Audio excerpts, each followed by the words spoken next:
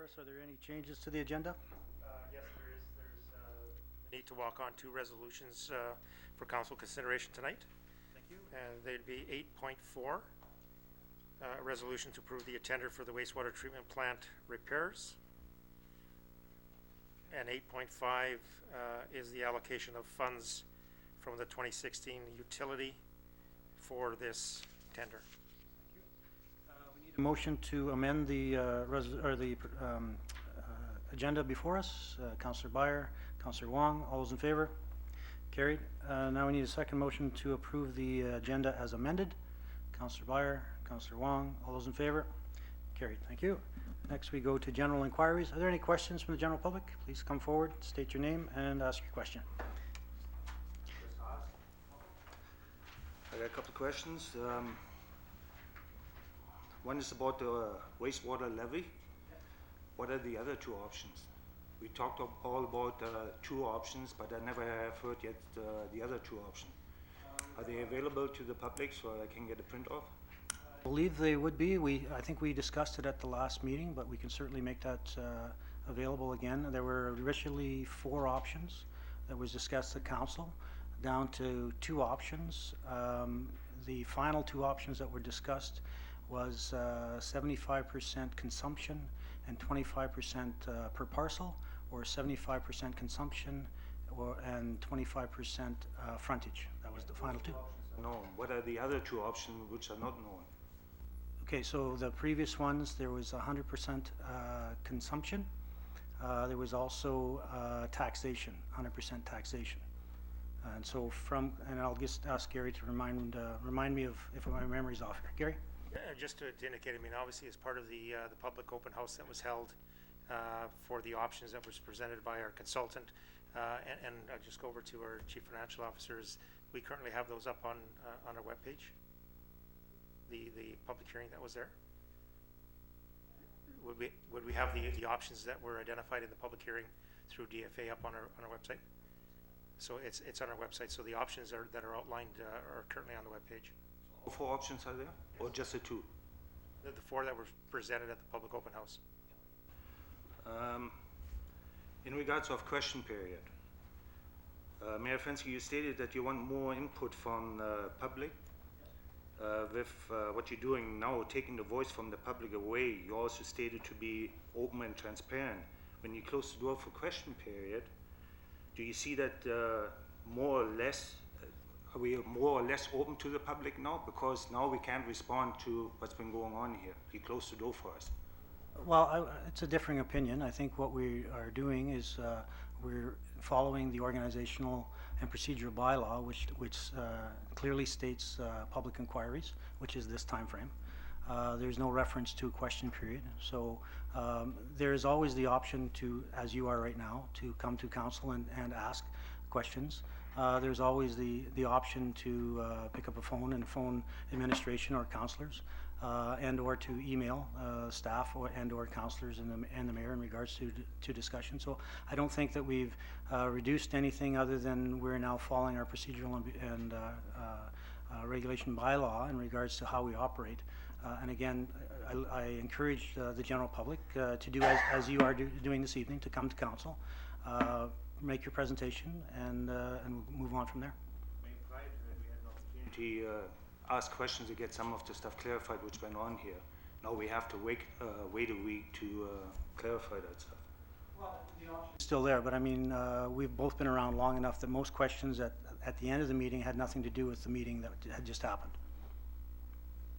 Thank you. One more thing. I would like to present you with a petition I have here and about Cree Road. And further, I accept the city manager's invitation to discuss this at the Public Works and Infrastructure meeting. You just present that to Gary. So the issue is the painting of the 4 lanes in the south end of Cree Road from Thompson Drive, the KFC Thompson Co-op Gas Bar corner, to Weir Road. And so that's the request that Chris has made. It will be discussed, and it's being referred to at the Liga meeting. It has been referred to the Public Works meeting, which is happening this Thursday, 2 p.m. at the Rec Center, at the VRCC Mary Fensky boardroom. So the general public, this is a committee meeting, so it's open to the general public. So anybody that wants to attend can certainly attend, and the discussion and petition will be discussed at that time. Any other questions or comments? Please come forward, state your name and ask your question. Thank you. Sir, my name is Dave Tugwood, and I was in at the meeting 2 weeks ago where I made inquiries about access by accessibility by first responders, ambulance and fire personnel to the addresses I gave on 207 and 211 Cree Road, and I'd like to know what you've found in your investigation of why that first responders need to have somebody inside the building go and open the outside door so they can gain access. I'll just refer to our chief, Mr. Mascarene, in regards to a follow-up, understanding that it may not have been followed up to this date, but Chief Mascarene? It's been followed up. Them lock boxes are owned by the landlord. Thank you. It's up to them to supply them. The ones that are in service right now are not usable. We have nothing in our bylaw forcing anybody to put in lock boxes.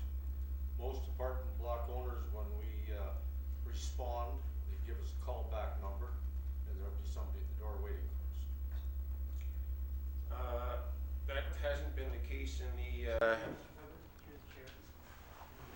okay. That wasn't the case all this past summer. I know the lock boxes are on both entrances to 207 Cree Road, and if those lock boxes are not usable, I don't know why it is that nothing can be done about that, because if somebody, like I mentioned at the previous meeting, if somebody has a heart attack or some kind of an issue like that, and they're laying on the floor, and somebody using their cell phone or something calls up the first responders to get somebody over there, there may not be anybody around to do that. So, in the interest of public safety, shouldn't the city be doing something to ensure that those buildings are made accessible? Now, that was the lamest explanation I've ever heard just for why they're not allowed to do that. Would please be respectful. Continue, please. Okay. I am very concerned about that issue because, like I say, there are many in our building, the building that I live in. There are several elderly people, and many of them have mobility issues, and some of them are very susceptible to falling. And I don't see why it is that any lock boxes that are put up there for use and are unusable, as the fire chief said, why is it that they are not required by law under safety to provide such things? Because him referring to a callback number, that if somebody with a cell phone calls in for that, and they may not even be in the building when the first responders arrive, so that doesn't resolve the issue in any way, shape, or form. I'm just wondering when there's going to be a resolution. Just from a jurisdiction perspective, as Chief Mascarene has outlined, it is not required from a landlord to provide a lockbox. It's an option. The landlord can provide a lockbox. From a fire paramedic, if it's deemed an emergency situation, they will get into the building. Believe me, they will get into the building. But as far as our jurisdiction, it is we cannot say to a landlord, you must have a lockbox, and it must be operational at all times. That's optional by the landlord, and we can make them aware that the lockbox is inoperable and they should repair it. But under jurisdiction, we have no authority to say to a landlord that you must have a lockbox. Wouldn't the city be able to pass a bylaw to ensure that they have to? Because that, to me, is clearly an issue of public safety, and something which, if there was if the people up in city council were really considered themselves to be to be obligated to the wishes of their the taxpaying citizens of the city, you would think that that would be a fairly high priority, because the way it is right now, somebody could be lying close to death on the floor of their apartment. There's been times when I've seen ambulances come by the building, and after being unable to get in for about 15 minutes, they leave. So they're like that's a matter that should be solved by bylaw. But anecdotal comments, again, our people, if it's an emergency and they understand the emergency, they will get in one way or the other. So again, jurisdictionally, we can't have landlords put lockboxes in, maintain them. It's an option from a landlord's perspective, but as a first responders, I can guarantee that Chief Mascarene and his people will get through buildings in any way, shape they can if they deem it an emergency. Well, if they don't know what the problem is, a person, yes, I do, sir. I also asked a question last week regarding the community safety officers and the fact that they don't seem to consider public safety and like where they park their vehicles, like they park many times in clear violation of Section 141(5) of the Highway Traffic Act, which is one of the clauses which they are empowered to enforce in that community safety display report that was put out by Public Safety Manager Sonia Wiseman, and yet they're not upholding that. On Saturday night, I saw their vehicle. They just came to a stop right in the roadway. They were at least 7 feet from the curb, and the purpose of that stop was because there was a group of homeless people sitting on the steps, sitting in the doorway of the Strand Theatre. I'm assuming they were drinking alcohol or something, but there was nothing at all that would prevent the community safety officers from pulling over to the curb and parking their vehicle in a way that it's not causing a hazard to other motorists on the road. And even this evening, when I was on my way here, I was walking. I was standing at the stoplight at the corner of Thompson Drive and Public Road, and I waited. As the light turned green, the walk signal came on. I stepped out onto the intersection to proceed across the road, and then I had to step back suddenly because the vehicle of the community safety officer made a right turn from Thompson Drive onto Public Road. No turn signal, nothing, and it was about that far. It was a distance between myself and that car. So they're not even obeying any of the traffic laws. So what's supposed to happen? Is somebody supposed to get seriously injured before somebody points out to those individuals that they are not exempt from law? Mr. Tugwood, we will raise the issue again with our staff in regards to the regulations and the operation of our vehicles. Any other questions? Yes, I do. We have, I raised back in the summertime about the problem with individuals coming into the country and being granted Class 4 driver's licenses and taxi driver's licenses without going through the normal procedures which a person like myself had to go through in order to obtain my license. And I was looking through the Highway Traffic Act last week, trying to see if there's any way that could be done if there was any exemption. And I found a very interesting clause in there. It said that such measures can be provided by what was referred to as a ministerial exception. And I'm kind of wondering, considering the Minister of Transport, the formerly Honorable Steve Ashton, it's entirely possible that he may have made such an exemption at one time that is carried on, and if that is the way the unqualified individuals are getting taxi driver's licenses and Class A licenses, shouldn't the city possibly do a little bit more due diligence on their own part? Some of these people come from countries where rape is considered to be. You raised the issue with us before in a specific case. We responded and provided you information that all the protocols were followed, all the screenings were followed, all the proper procedures were followed.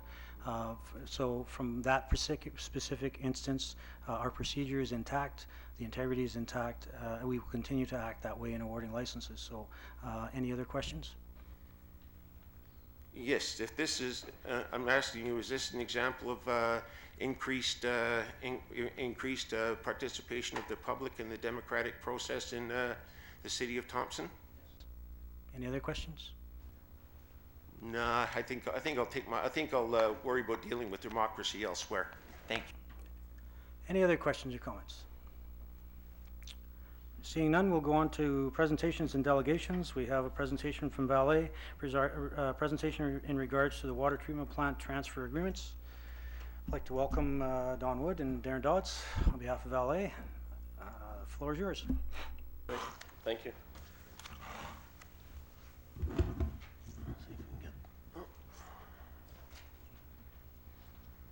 Okay, so good evening and thanks for having us tonight. I'm Don Wood. I'm the Director of Smelter Refinery and Production Services. This is Darren Dodds. He's the Manager of Finance at Valet. So just want to go through a little bit of a presentation on the transfer of the water treatment plant to the City of Thompson. And we'll go through a bit of agenda. So we'll go through a bit of a background on the transfer. Some of the various agreements. We've got transaction agreement that we'll talk about, some of the auxiliary agreements that make up the overall transaction agreement, and we'll review some of the timeframes and the next steps in the process. On the background, starting off with the town site agreement, or what's often referred to as the 56 agreement. So the 56 agreement defined the terms of the development of the town site of Thompson between Inco and, at the time, now Valet, and the province of Manitoba. So in the 56 agreement, it required Inco of the day to construct all the municipal infrastructure that we have here in Thompson. However, it did not require that Inco to continue to operate and or maintain that infrastructure. It also defined under the terms of the agreement that Inco could transfer any of those assets to the City of Thompson, and the city was obligated to accept the transfer of those various assets. During the 2012 GIL discussions, Valet expressed our interest to start the discussions regarding the transfer of the water treatment plant, and that was also contained within the GIL that was agreed upon that covered the period from 2013 until 2018.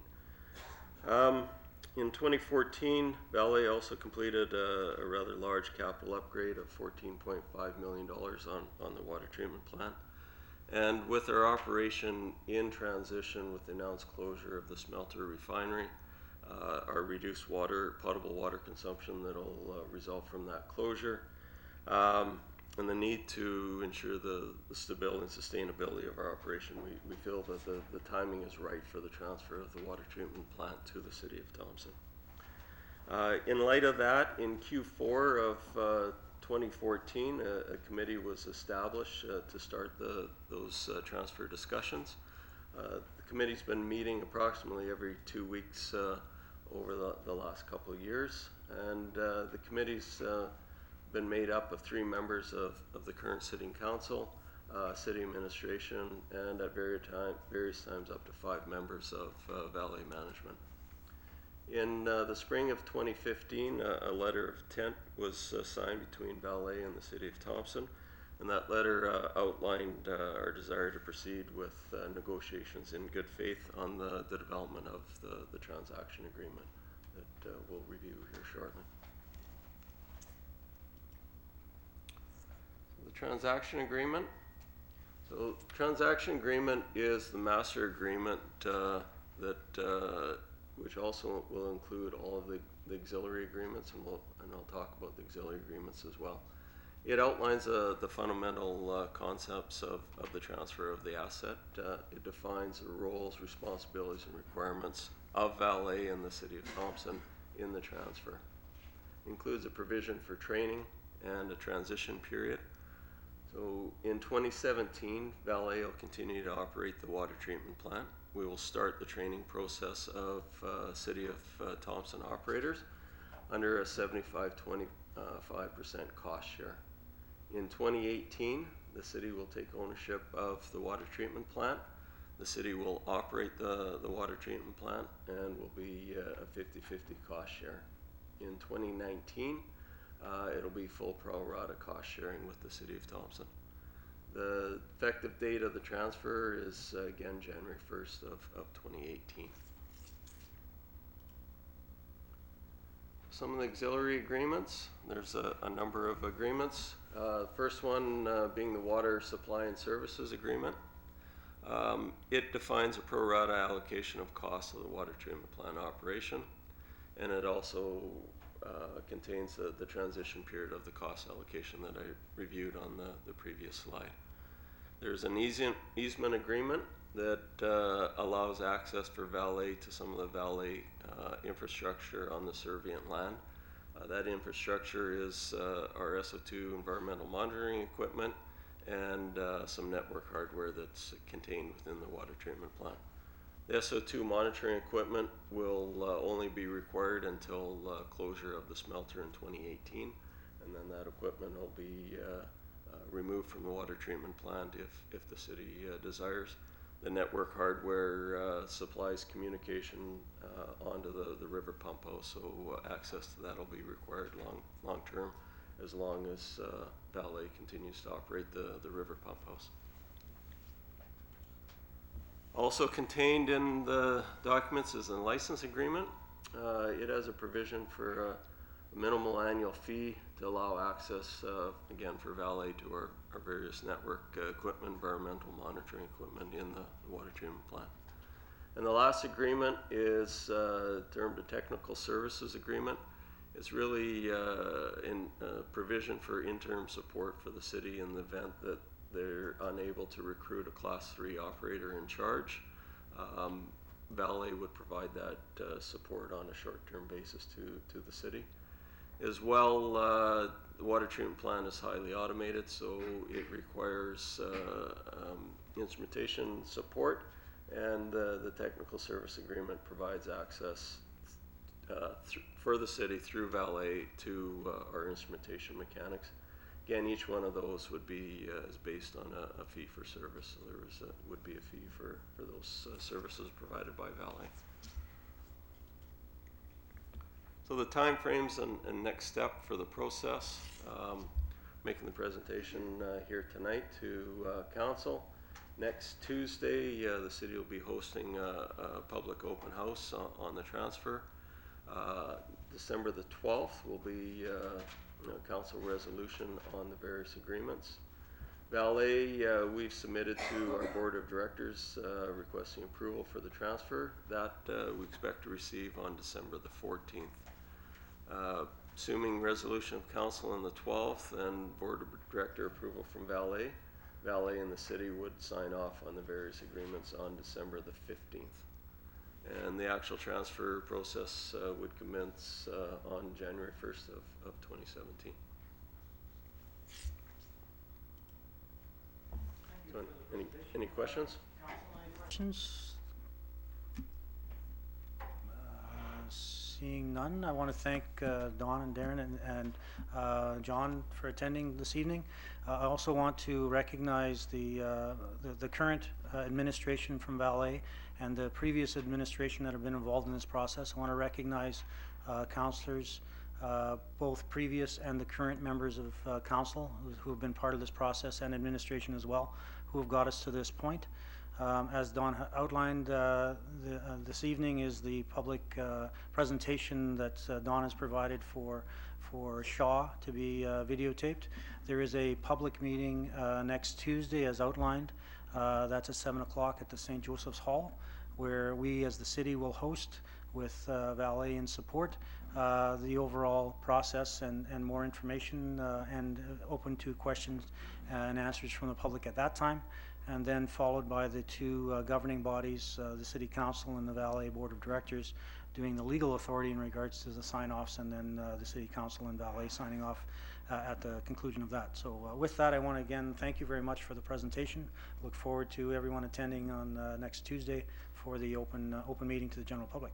Thanks again. Next, we have the resolution. This thing that the meeting is November 30th, 2016, the 7th at the Ukraine Hall. Is it November 30th or December 6th? In here it says November 30th. Thank you for just clarification. The meeting is, I believe, next Tuesday. November 30th. November. Wastewater treatment plant. Wastewater treatment plant is November 30th. The water treatment plant is December 2nd. Thanks for pointing that out. Any other? Okay, so we're going on to adoption of the minutes. We have a resolution to approve the regular meeting of council November 14th, 2016. Resolution 2016-238, moved by Councillor Wong, seconded by Councillor Ellis. Be resolved that the minutes of the regular meeting of council held in Council Chambers, City Hall, Thompson, Manitoba on Monday, November 14th, 2016 be adopted as circulated. All those in favor? Carried unanimously. Thank you.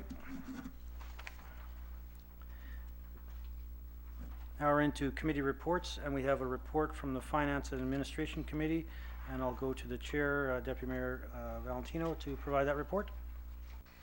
Yes, here's the Finance and Administration Committee report from June to November. The committee members at this time were myself, Kathy Valentino as the chair, Mayor Dennis Fensky, Councillor Duncan Wong, Milt Goebel, Randy McKay, Darren Dodds, Manisha Pandey, Gary Sepatelli, Jenny Krentz, Carol Taylor, Gail Taylor, and our resource person is Tammy Probick. The Finance and Admin Committee would like to thank Councillor Wong for his commitment to this committee over the past 2 years, and we would also like to at this time welcome Councillor Byer as our new committee member. Our meetings take place bi-weekly, and we have additional meetings if needed during budget deliberations. Under the audit for the city, the 2015 audit was completed in June of 2016 and met the June 30th provincial deadline.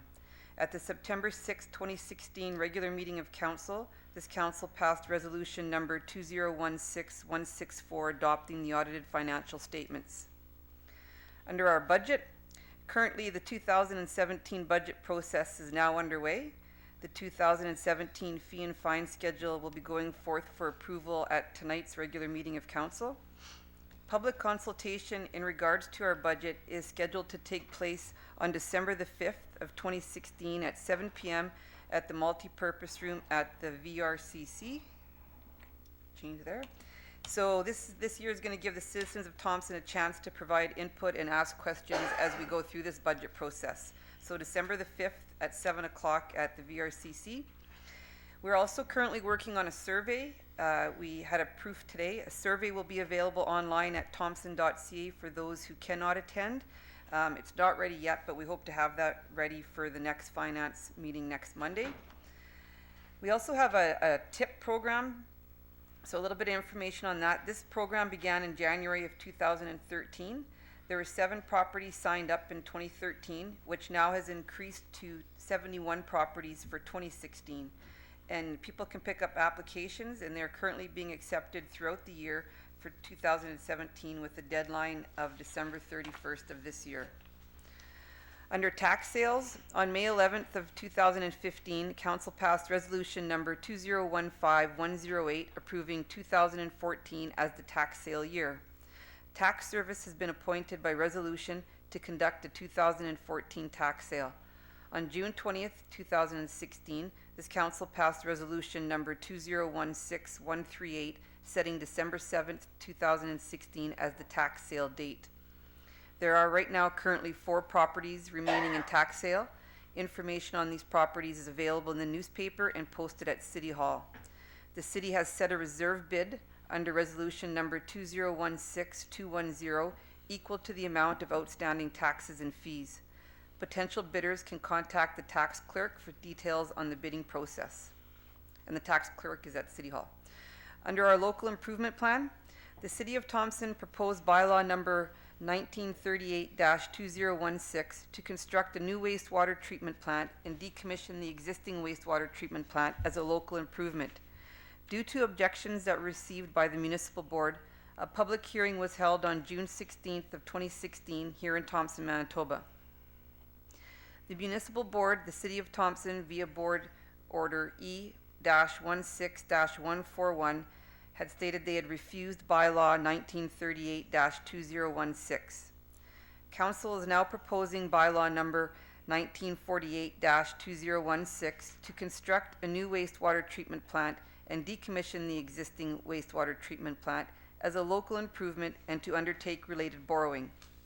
The proposed method to be used for calculating the proposed local improvement tax will be based on 1, a 75% rate rider to be approved by the Public Utilities Board applied to consumption, and 2, a rate per unit of frontage for the local improvement district. A public hearing has been set for this November 30th, 2016 at 7 p.m. at the St. Joseph's Ukrainian Catholic Hall for the purpose of hearing any person who wishes to make representation, ask questions, or register an objection to the design and build of a new wastewater treatment facility in the City of Thompson. Under our utility, on March 31st, 2016, the Public Utilities Board issued order number 46-16, which required the City of Thompson to complete a new rate application for the years 2017 to 2019. The application was submitted to the Public Utilities Board on October 31st, 2016. The citizens of Thompson will have an opportunity to either approve or object to the application in the near future. On June 6, 2016, this council approved resolution number 2016-132 approving the transfer of outstanding utility invoices to taxes and which have been included on the 2016 tax bill. And finally, the September 30th, 2016 invoices have gone out the beginning of November and are due November 30th of 2016. That ends the report. Administration, anything to add? Thank you. Council, any questions of the report? Councillor Matichuk. Yeah, could Councillor Valentino explain to the public what the TIP program is? Sure. I was thinking about that actually when I was doing that. Yeah, I think if Ms. Krentz wants to reply. The program is a program available to any resident or potential taxpayer who has their taxes paid up to date. It allows the taxpayer to have their taxes paid in 12 monthly installments. So the final payment would be December 15th of the year. So the first 6 months are calculated based on the previous year's taxes. There's an adjustment in July that calculates the remaining 6 months with the current year's tax bill. And so it just allows 12 equal payments. It's automatically taken from the account, so there's no work required by the taxpayer once they sign up for the program, and then their taxes are completely paid off by the end of December. Any other questions? Councillor Wong?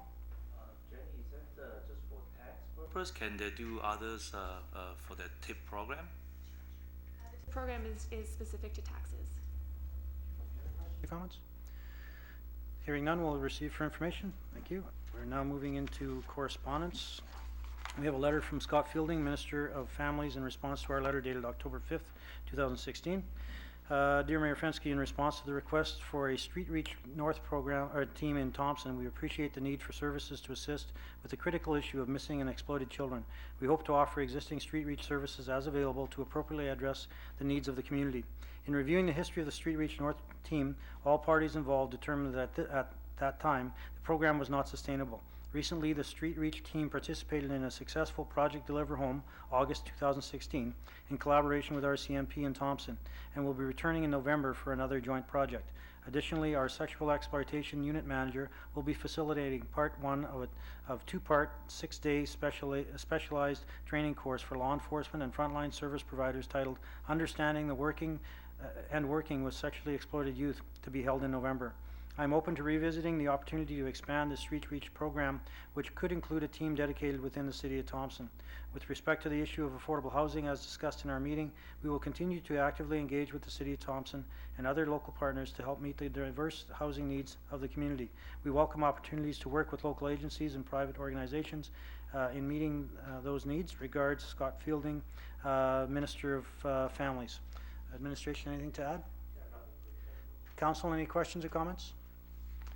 Seeing none, we'll receive for information. Next, we have a letter from Eileen Clark, Minister of Indigenous and Municipal Relations, in regards to provincial funding for downtown revitalization program in the City of Thompson. Dear Mayor Fenske, thank you for your letter requesting the province of Manitoba consider extending provincial funding for downtown revitalization programs to the City of Thompson. As part of the government's focus on applying tests of efficiency and effectiveness to existing and future policy and program decisions, the Departments of Indigenous and Municipal Relations has undertaken an evaluation of existing downtown revitalization programs. In the interim, I am pleased to note that in 2016/2017, the department provided $239,493 in grant funding to projects in your community under various programs. The Neighborhoods Alive program, Community Places program, and Hometown Manitoba program, and $151,500 in core funding to the Thompson Neighborhood Renewal Corporation.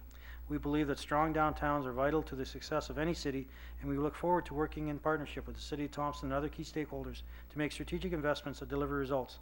I encourage you to connect with Ramona Matrix, Assistant Deputy Minister of Community Planning and Development Division, and her contact info is provided to discuss other interim strategies and potential supports for the revitalization of downtown Thompson.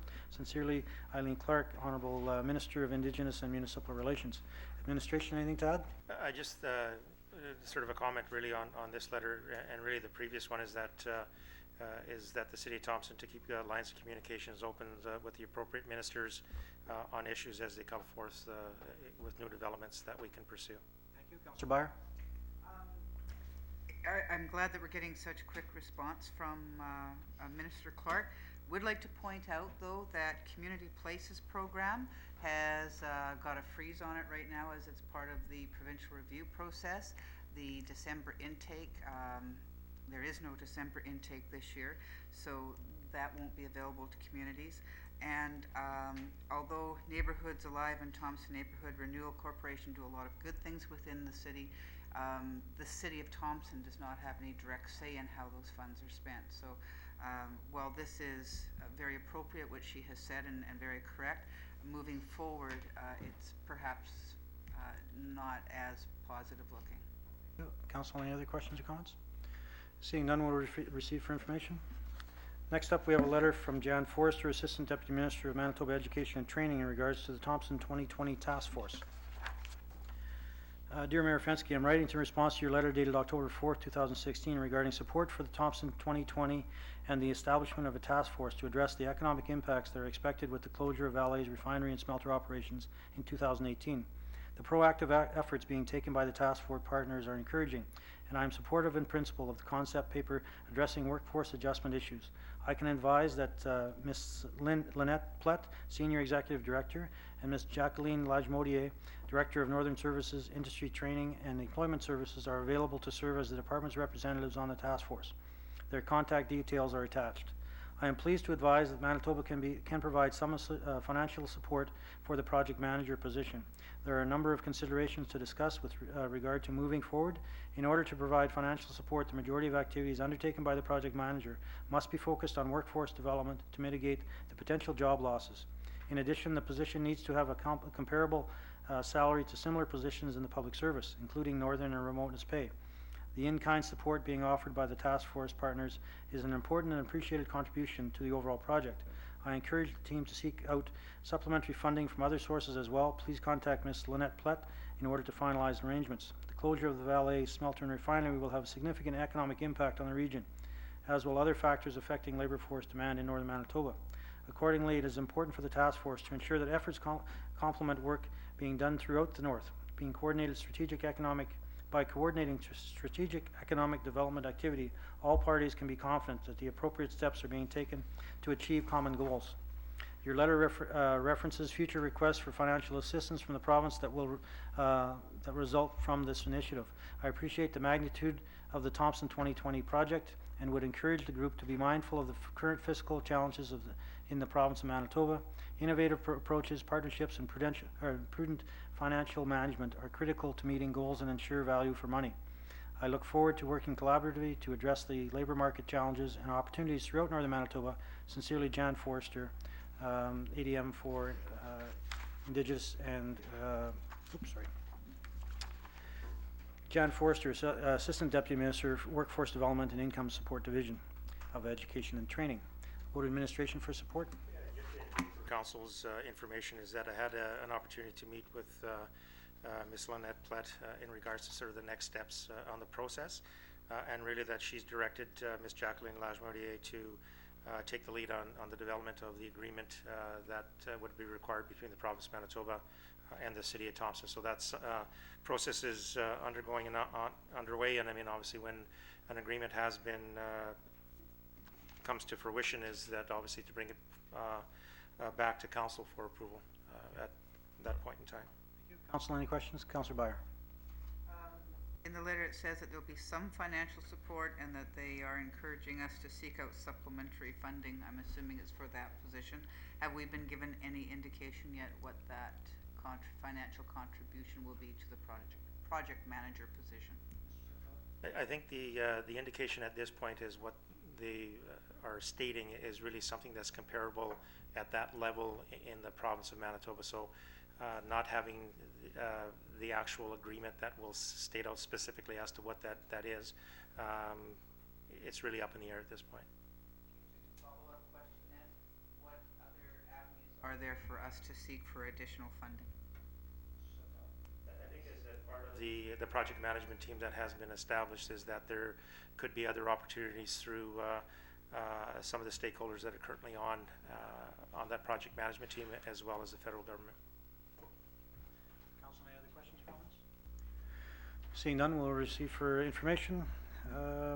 Next, we have a letter from AMMMA, MAFC, and OFC in regards to the implementation of Manitoba Provincial Fire Protection Plan 2015-2018.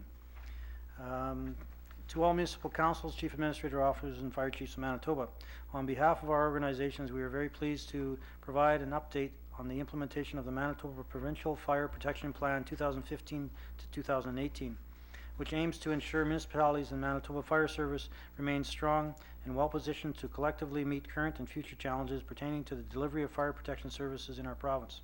Over the past year, the working group, comprised of representatives from our respective organizations, held frequent meetings to ensure the goals and actions items identified in the plan are fully implemented. For instance, an online resource library has compiled documents to assist municipalities in developing and maintaining safer, more organized, and responsive local fire services. All documents can be found on the OFC website under the Municipal Support tab or at the following link, and they've provided that link. In addition, the Fire Protection Guide for Land Use Planning was recently introduced in cooperation with the Department of Indigenous and Municipal Relations and the OFC. This guide outlines steps that can be taken at each stage of the planning process to integrate emergency services with land use planning. It is intended for planning authorities, development officers, and building officials to use as a guide when adopting planning bylaws, reviewing development proposals, and application for development and building permits, and the guide can also be downloaded from the OFC website. The OFC has revised its presentation specifically designed for elected officials, CAOs, and fire department officers looking for an introduction to the organization, requirements, and responsibilities of the fire department in their jurisdiction. Moreover, a one-day workshop has been developed to provide elected officials, CAOs, and other municipal personnel with a more comprehensive understanding about the scope, roles, and needs facing their local fire service. The workshop is available to municipal personnel at various locations throughout the province free of charge. Our organizations encourage all elected officials and senior administrators with direct relationship and interest in their local fire service to attend this informative and engaging one-day session.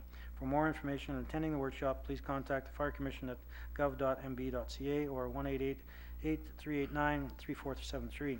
Lastly, be advised that a sample fire chief CAO/city manager quarterly reporting template will soon be available for download from the online resource library to help foster greater communication and collaboration between CAOs, city managers, and fire chiefs on administrative matters, including budgetary consultations regarding fire departments.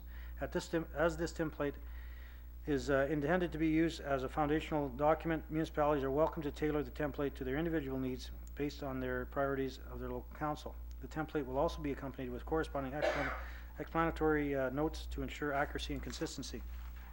Going forward, the working group will continue to put forth timely and practical resources to promote the implementation of the Manitoba Provincial Fire Protection Plan.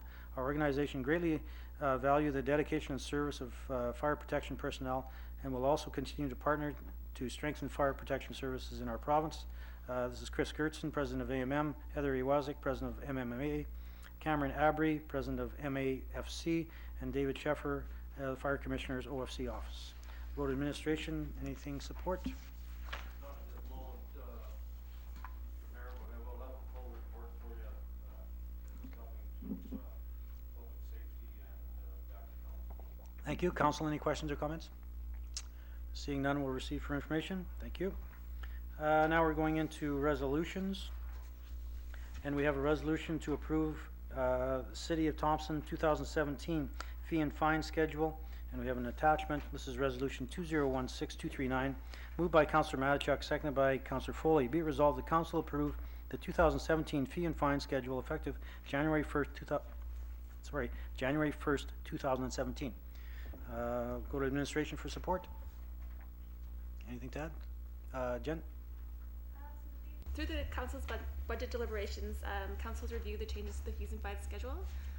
The majority of the changes in the schedule are as per council's informal policy to use last year's tax increase. So last year's tax increase was 1.5%. So majority of the fees and fines have been increased by that. Some notable changes outside of the 1.5% for 2017 is a 50% discount for reinspection of fire pits. Unlicensed animal fees have increased to $150 for the first offense, $300 for the second offense, and $450 for the third offense. Vending machine and amusement devices licenses has been added at $215 or $20 per unit for a business that pays business taxes. Some changes to the landfill rates. Commercial waste is $115 per metric ton, $230 per metric ton for non-residents. Construction materials are $60 per ton or $120 for non-residents. And asbestos is $300 per metric ton. Clean fill, which is mud, clay, or concrete with no metal in it, is no charge. The fence fee has been removed, and the Norplex meeting room rental updated to be consistent with the Mary Fensky rental. Yes, Mayor Fensky. This item first came to Public Works and Infrastructure on the 6th of October as item 6.2, fees and fines, where it was, the idea was to consolidate landfill fees, one fee for commercial garbage, increase asbestos fee, and the action to be taken was Wayne Kaversky was to bring the formula for asbestos fee to the committee, which was never done. That added to, I had several questions when this was discussed in the budget process, which to this day I have not received answers. Therefore, that on top of the increases that we're looking at, instead of the one or two that were mentioned, we have actually 23 increases that range from 1.3% to the top two are 600 and the highest is 600+%. Therefore, I'm asking that I am moving to table this to either Public Works and Infrastructure to look at it further and or the budgeting process, which is still in progress. Thank you. We have a motion to table, which is non-debatable. We need a seconder for that motion. Seconded by Councillor Wong. Call the question. All those in favor of tabling the motion? Opposed? It's defeated. So forward to council. Any other questions or comments in regards to the motion before us? Okay. Councillor Smook? I would brought my attention that with the landfill one, we had decided that we would give it a few months and watch with the contractors and maybe revisit if there seems to be an issue with it. Deputy Mayor Valentino. We had discussed this whole fees and fines in our budget deliberations. That is correct. And the landfill was a new part of increasing some of those fees, and we did have discussions about seeing how it can go. This council always has the ability to revisit this fee and fine schedule at any time. Councillor Wong. Okay, today I have a few people came to my restaurant and addressed their concern about the fees and fine increase. So I think we should look into it, but anyway, the table was defeated. So I will ask for the recorded vote, please. I have several questions to ask since I won't get an opportunity at the Public Works and Infrastructure meeting. First, I'd like to know, are we presently making a profit at the waste disposal grounds with the fees we are charging today? Yes, Mayor. Okay, how are these increases justified then?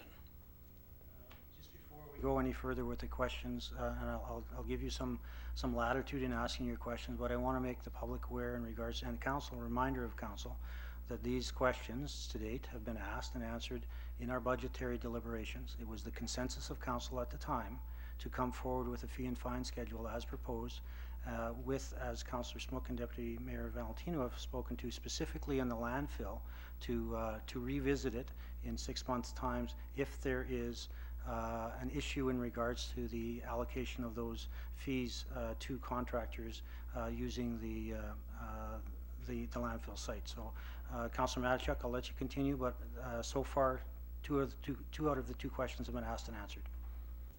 Okay, back to the justification. How much a ton does it cost to process the refuse in the Thompson waste disposal grounds? Mr. Sepatelli. Don't have that specific information at this point, but if council would give me leeway as to sort of explain some of the rationale that had come from the Public Works Committee, and also at the budget deliberations as to some of the changes that have been put forth as part of the fees and fines that are currently before council tonight. Thank you. Please proceed.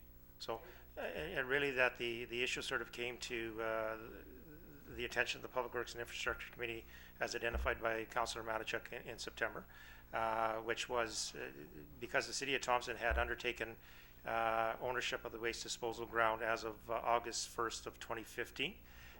We had assumed the existing fee structure that the LGD at Mystery Lake had at the time as part of the city's fees, with the understanding that, I mean, obviously in the coming year that we would revisit all those fees as we do with all our fees in the fees and fine schedule.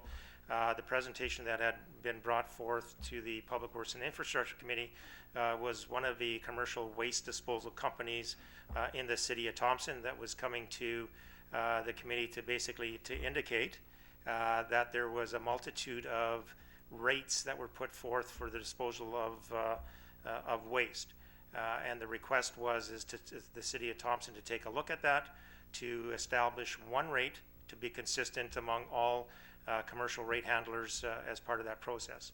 So part of that discussion started the research from the Public Works Committee to take a look at as to what is available out there, what could be identified as a single fee for the disposal of a number of things, waste being one, asbestos being another one, and fill and that type of thing. So those had the Public Works Director had sought input from what our existing costs are, what the City of Thompson currently paid for the disposal of waste, and as to what other like-sized communities had as fees in the disposal of waste.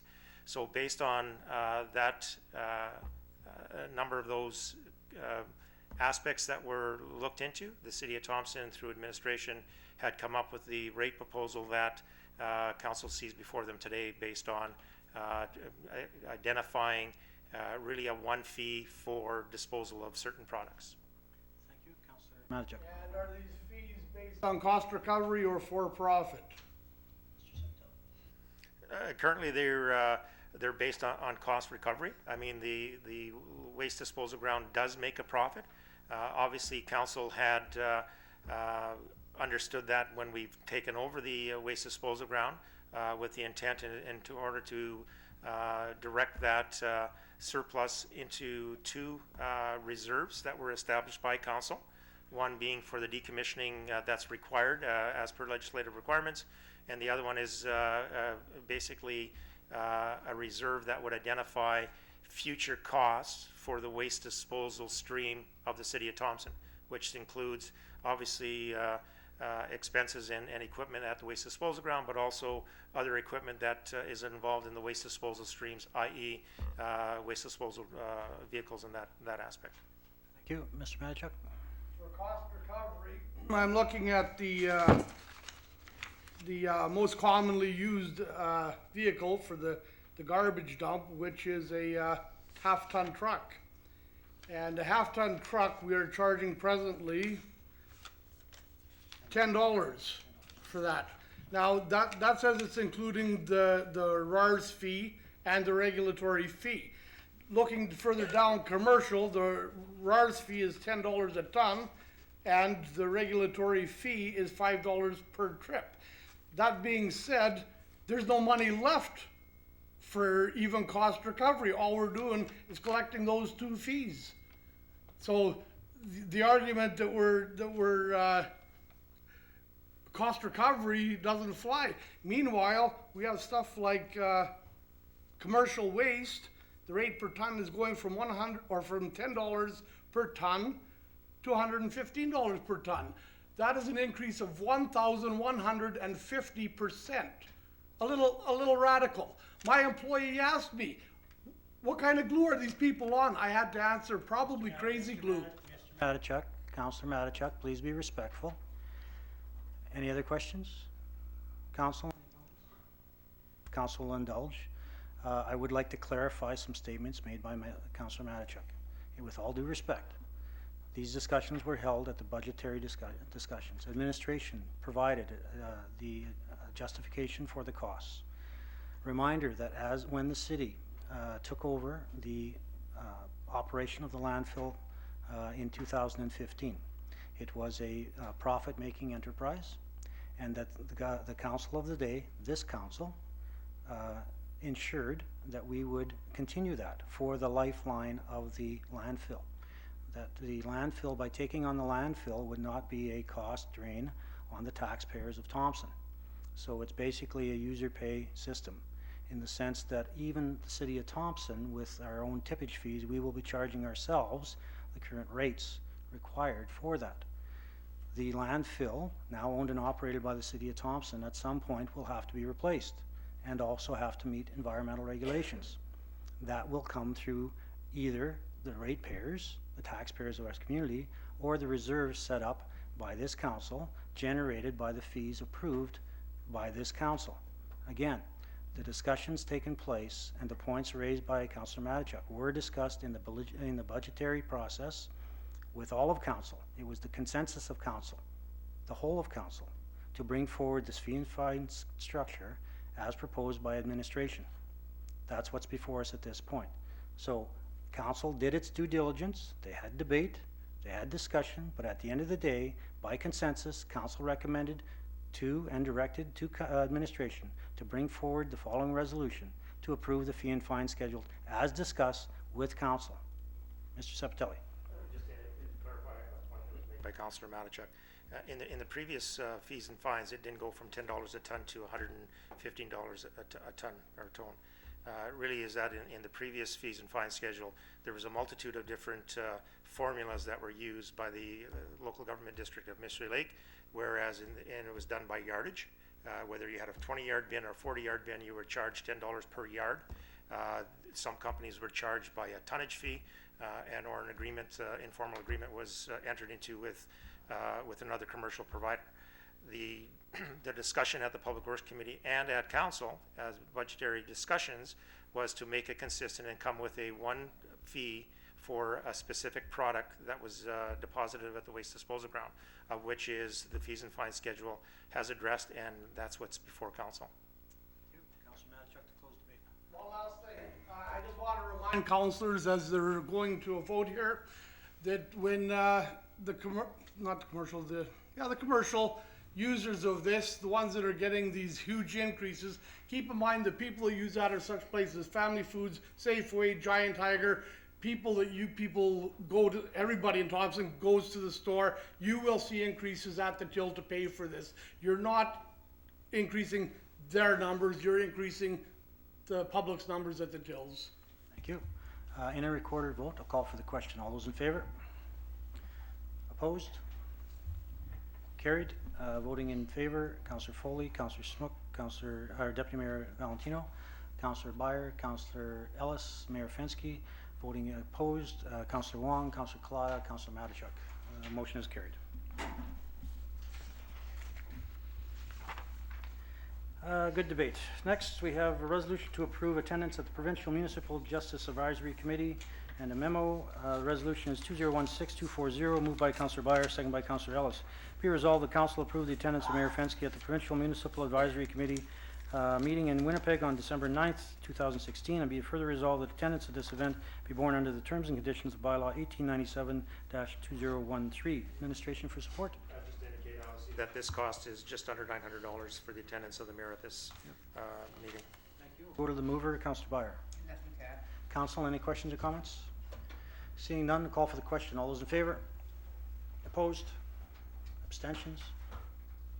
No. Okay, we'll do it again. All in favor? Opposed? Carried unanimously. Thank you. Next, we have a resolution to approve the attendance at the Northern Delegation meeting and a memo from the Executive Assistants. This is Resolution 2016-241, moved by Councillor Byer, second by Councillor Foley. Be it resolved, the Council approve the attendance of Councillor Smook at the Northern Delegation meeting in Winnipeg on December 2nd, 2016. Be it further resolved that attendance at this event be borne under the terms and conditions of bylaw 1897-2013. Go to administration for support. I just indicate that their memo indicating that the cost for the attendance of Councillor Smook at this event is just under $1,400. I'll go to council as the mover, Councillor Byer. Council, Councillor Wong. Thank you, Worship. I'm looking at the memo from the administration. I noticed the airfare is a little bit different compared to the last resolution. They're all both going to the Winnipeg. One is like $847.61. The other one is $1,000 and $38.71. Can someone explain to me why there's such a difference? With our airline, the further that you book in advance, the cheaper the flight is. Any other questions or comments from council? Seeing none, call for the question. All those in favor? Opposed? Let's do it again, guys. Hands up. All in favor? Carried unanimously. Thank you. Next, we have the added resolution, Resolution 2016-245, moved by Councillor Ellis, second by Councillor Byer. Be resolved, the council approve the recommendation of the purchasing agent and award the tender for the pipe repairs in the digester at the wastewater treatment plant to Arneson Industries Limited for their total tendered price of $241,439.19. All applicable taxes included as per tender file number 14316. We'll go to administration for support. So staff have been monitoring this issue for quite some time, and more recently we've kind of been discussing this as an urgent item. There's two pipes in both digesters, and one pipe that heats up the material inside has failed completely. The second pipe is really a Band-Aid solution, and it's operating not as efficiently as it should. So it is braced up and operating currently and working in the current wastewater treatment plant. So to repair the pipes, we issued a tender on the 15th of November. To repair both digesters, we received one bid, obviously, as mentioned, from Arneson Industries. And just to mention the costs, $16,046 per day, and we have $80,979.19 for mobilization, demob, and material cost. So we originally estimated that it would cost a total of $250,000 to complete the work with a 10-day job. So obviously the cost has come in below that at $241,439.19 through the math, if you do that math there. So if the project really takes more than 10 days, it's noteworthy to note that the daily rate remains the same as per the bid response that Arneson provided, and our staff will obviously be ensuring that the work is being completed as per the schedule. Just to indicate in regards to sort of the timing of this, and that obviously is that the wastewater treatment plant being a critical component of our infrastructure. I mean, we need to have the ability to ensure that it's operational so that we can process that product. And with the new build of the new wastewater treatment plant being delayed at least a year, regards to with the municipal board refusing our previous borrowing bylaw, we're not looking for commissioning of the new wastewater facility likely until the first quarter of 2019. So it's prudent for us to ensure that we correct our aging facility. It's unfortunate that we've got to spend capital dollars on it, but it's really imminent that we undertake these repairs to ensure that we are able to offer that service to residents of the city of Thompson. Thank you. We'll go to the mover, Councillor Ellis. I'm in support of this. This is very necessary to make sure that we have a sewage treatment plant until a new one is built, so.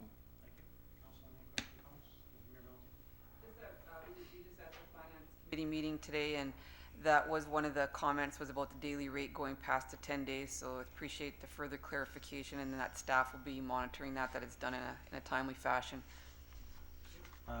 Councillor Collada.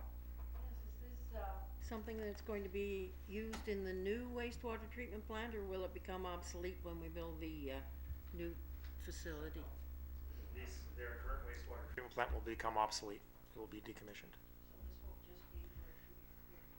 Correct. Or however long it takes in order for us to decommission our new plant. Just to clarify, from an environmental perspective, we must do this in order to operate our current wastewater treatment plant. With that being said, I'll call for the question. All those in favor? Carried unanimously. Thank you.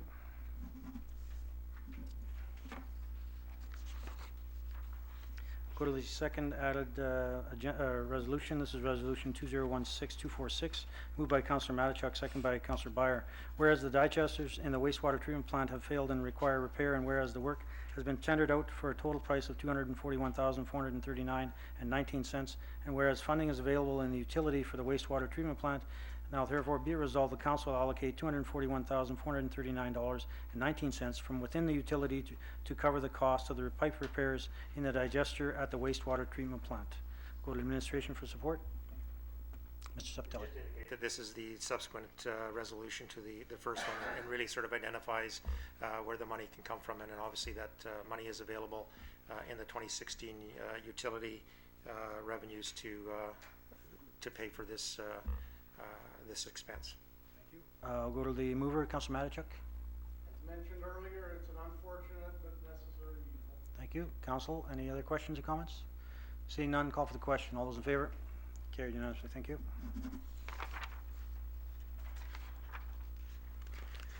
That moves us into bylaws. Okay. First reading of bylaw 1948-2016, local improvement plan for the wastewater treatment plant. Subsequent information is bylaw 1948-2016, Schedule A, Schedule B. Resolution 2016-242, moved by Councillor Smook, second by Councillor Byer. Be resolved that bylaw 1948-2016, being a bylaw of the City of Thompson to authorize the expenditure and borrowing of money for the design and build of a new wastewater treatment facility in the City of Thompson as a local improvement, be introduced and read a first time. We'll go to administration for support. Jen? Council is proposing to fund the design and build of the wastewater treatment plant through a local improvement levy. A public hearing will be held on Wednesday, November 30th at the St. Joseph's Hall for all potential taxpayers under the program to come and register objections or speak in favor of the proposed local improvement. So each property connected to or adjacent to the current utility system will be charged under this local improvement. The recovery will be 75% of the debenture recovery will be through utility rates, and 25% recovered through frontage portion. The PUB, the Public Utilities Board, has issued board order number 148-16, approving in principle the method of recovery through 75% of the debenture servicing cost of the utility rate surcharge. So the current proposal covers the years 2019 to 2043. Councillor Smook as the mover, anything to add? Council, any questions or comments? Seeing none, call for the question. All those in favor?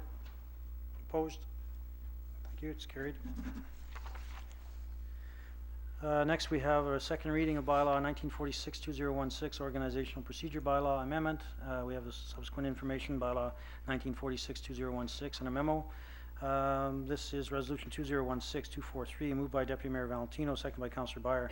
Be resolved that bylaw 1946-2016, being a bylaw of the City of Thompson to amend bylaw number 1931-2015, being a bylaw of the City of Thompson to govern the organization of the City of Thompson and the committees thereof, and to regulate the proceedings and conduct of the council and the committees thereof, be given second reading. We'll go to administration for support. Anything? Just indicate that obviously that this bylaw was reviewed at the Finance and Admin Administration Committee, which came back with a recommendation to amend the bylaw. There's minor changes to our organizational and procedural bylaw as per this amendment.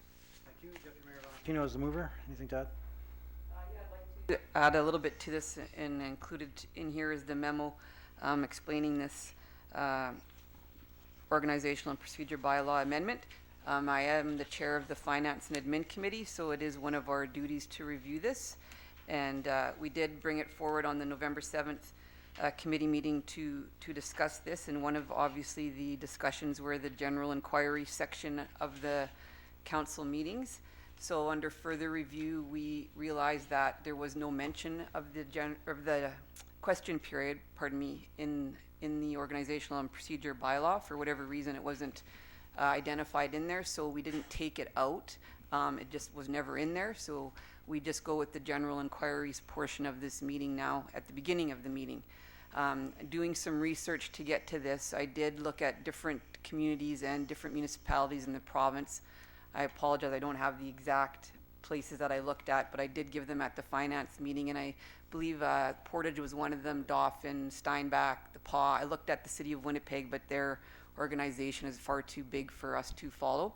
So a lot of the places had either a general inquiries or a question period.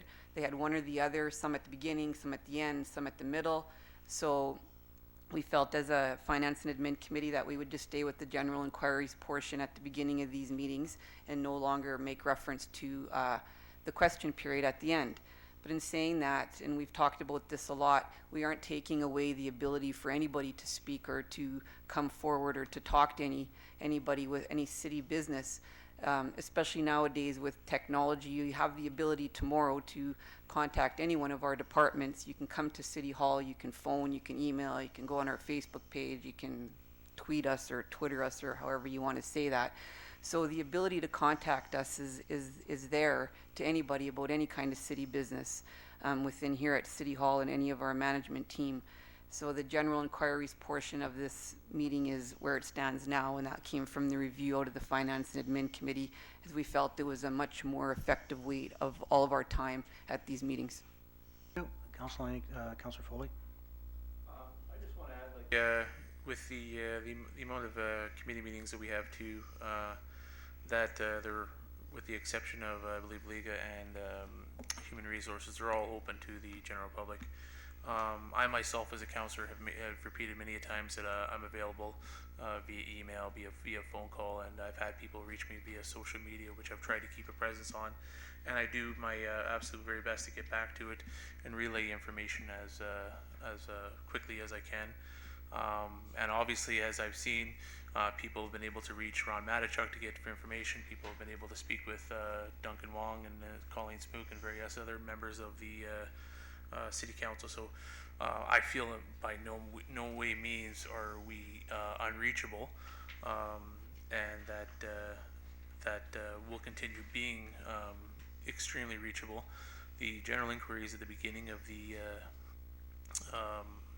council are great. We did have a problem with some of the questions getting a little bit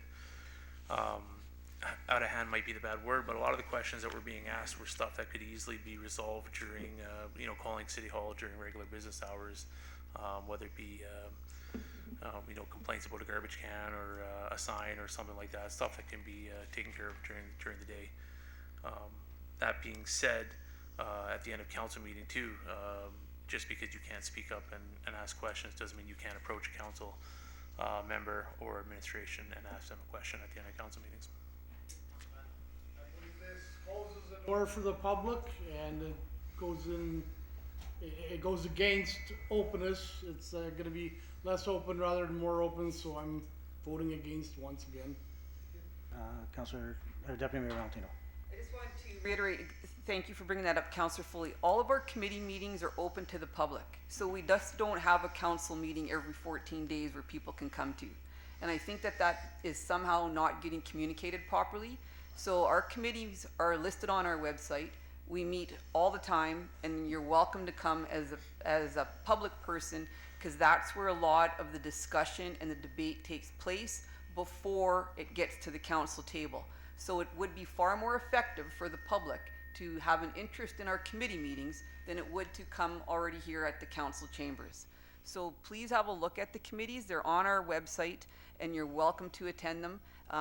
We even had a call out to have community citizen reps on our committees. It was poorly replied to. So I do not think that we're turning people away.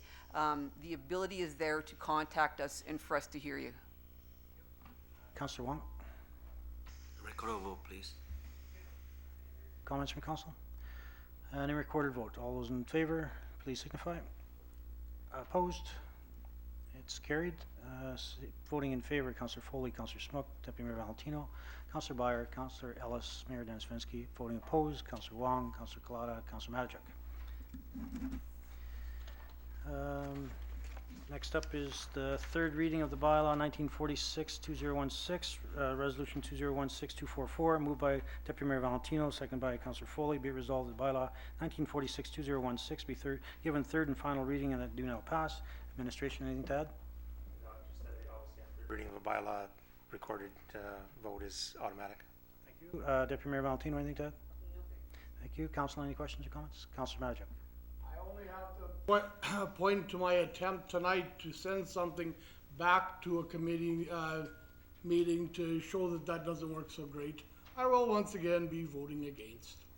Just to clarify Councillor Matichuk's comment is that we work by consensus in council and by resolution and by bylaw. That's how we operate, and it's the consensus of council that we direct, and it is an opportunity or an obligation of a councillor that all in debate is encouraged at the committee level, at council level, at budgetary meeting level. Debate is encouraged, but once a decision is made by council, it is the responsibility of the elected official to stand behind the decision of council.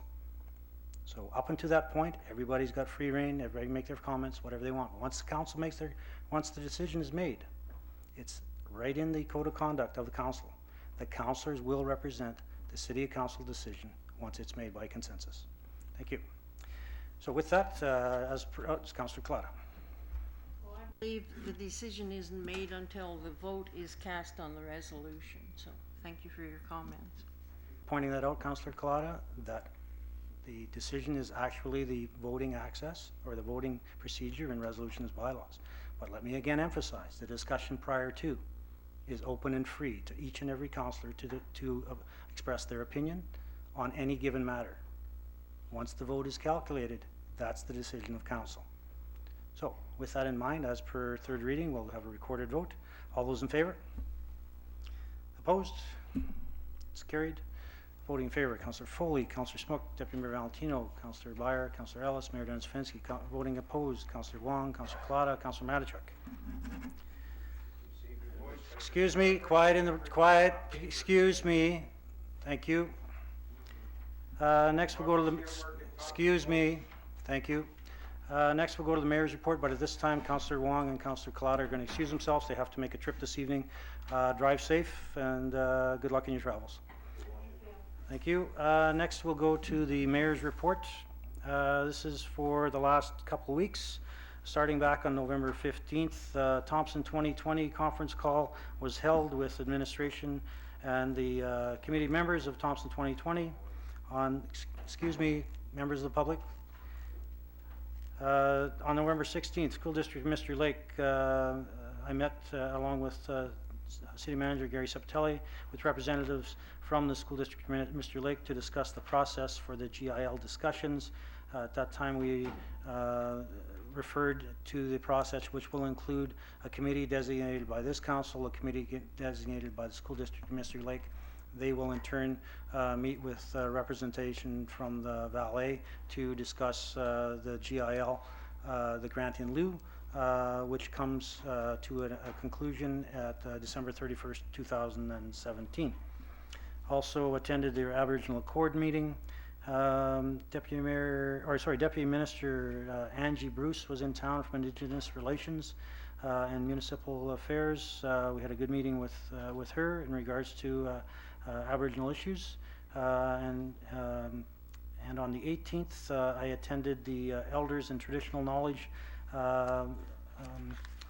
holders sharing Indigenous knowledge on survival in times of climate change. This was hosted by the Anishinaabe, Mikinak, Kipanak, the AMK Incorporated at Turtle Lodge at the Saging First Nation Treaty 1 lands. It was attended by Grand Chief Nipanak and elders, more specifically Elder Linklater from Nelson House and others, to go through the Aboriginal teachings, which included the water ceremony, the pipe ceremony, and others. It was very informative, well attended, well over 100 people in attendance, and well worth the trip.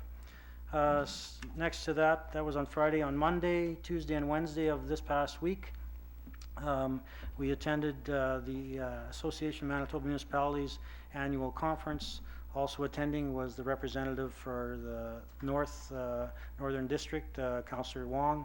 Also attending was Councillor Smook, Councillor Foley, Councillor Byers, Mr. Sepatelli, and myself. We met with Ministers Cullen, Minister Clark or her representative, Minister Friesen, Minister Stephenson. I also attended while in Winnipeg on Monday the throne speech from the province of Manitoba.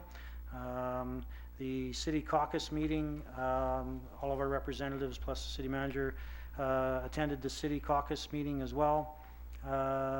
We had the Northern Delegation press conference, which was very important for the Port of Churchill and the Bayline to bring awareness to that issue in regards to the Port Authority, the closing of the port, and the closing of the reduction in freight from the Bayline.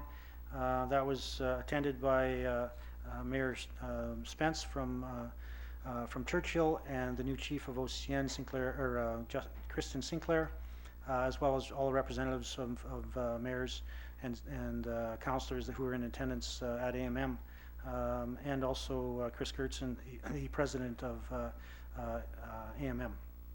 I also attended with 5 other mayors the Mayors Forum on Manitoba Nonprofit Housing Association.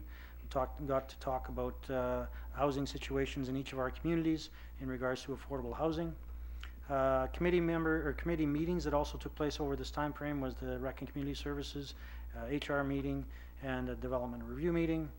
With that, I'll go to council to add any attendance by councillors at city events. Councillor Ellis. I attended the Operation Red Nose kickoff on November 18th, along with Councillor Smook and Councillor Byer, as well as Chief Mascarene and Deputy Chief Rick Morris. Their Operation Red Nose has already begun. They had their first weekend last weekend, and it will be going until the New Year's Eve. And yeah, if you need a ride after celebrating for Christmas, please give them a call, and they'll make sure that you get yourself and your vehicle home safely. Their number is 778-8111. On the same day, I also attended the Thompson Neighborhood Renewal Corporation's AGM and the Thompson Housing Agency AGM. So I'd just like to congratulate them on their success this year and hope them well for the next year. Thank you. I also attended on Saturday. I provided greetings at the National Child Day Christmas celebrations and tree lighting at the VRCC. And also I want to congratulate all those volunteers and staff that were involved in organizing and putting on the Santa Parade. The weather cooperated. It was a big turnout. Lots of positive comments about that event and that day. And also I want to recognize the Recreation and Community Services Department for the display at City Hall in regards to Christmas lights. I've got lots of comments in regards to that. Councillor Smook, did you have something to add? Yes. Penny Byer, Councillor Byer, and myself, we attended the Great Canadian Dollar Store grand opening, which was nice to see a new business opening in Thompson. And new to the mall, it's a very nice place, so everybody go do their Christmas shopping. Thank you. Seeing nothing else to report, look for a motion to adjourn. Councillor Foley, you're reporting? Just on between Wednesday, November 16th to Friday, November 18th, I was at the Mining and Mineral Convention, in which there was a few presentations made by both Vale and various other mines throughout Manitoba. just going over the need for more prospectors in Manitoba, and the push for the provincial government to go further with it. And then as well with the AMM conference on November 23rd, myself, Fire Chief John Mascarene, and Mayor Dennis Fensky gave a presentation on our CSO program that was attended by about, I think, anywhere between 40 and 50 members from different municipalities throughout the province, and we got a very, very good positive response from those members, specifically from other municipalities such as Brandon, to be noted. That we had a really good opportunity to share some of the challenges and the successes that we've had with the program, and there's a lot of interest within other municipalities to pick up this program and run with it. So it's definitely nice to see that it's been recognized. We are being watched by other municipalities within the province, and hopefully we can keep this program going. Any other reports? Seeing none, a motion to adjourn. Councillor Smook, Councillor Byer, all in favor? We stand adjourned. Thank you. Have a good evening.